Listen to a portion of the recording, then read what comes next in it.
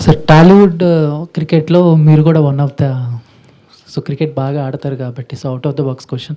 మీకెప్పుడైనా బయోపిక్స్ చేయాలనిపించిందా? ఒక cricket player biopic. ఈ పలానా ఈ బయోపిక్ చేస్తే బావుంటుంది అని మీకెప్పుడైనా అనిపించిందా? ఇప్పుడున్న మన ఈ క్రికెట్ టీమ్‌లో మీరెవరికి బాగా సూట్ అవుతారు? నేను కొంచెం ఫీచర్స్ చాలా దగ్గరగా ఉంటాయి. వీళ్ళ బయోపిక్ తీస్తే బావుంటుంది. సో అలాగా. అది నేనెలా చెప్పగలను, మీరే చెప్పాలి. But yeah! క్రికెట్ ఈ మధ్య అందరం బాగా ఆడుతున్నాం అండి. అండ్ చాలా సీరియస్‌గా తీసుకొని ఆడుతున్నాం. అండ్ ఎస్పెషల్లీ సరదాగా సరదాగా ఆడదాం మొదలెట్టింది చాలా సీరియస్‌గా అయిపోయింది అది.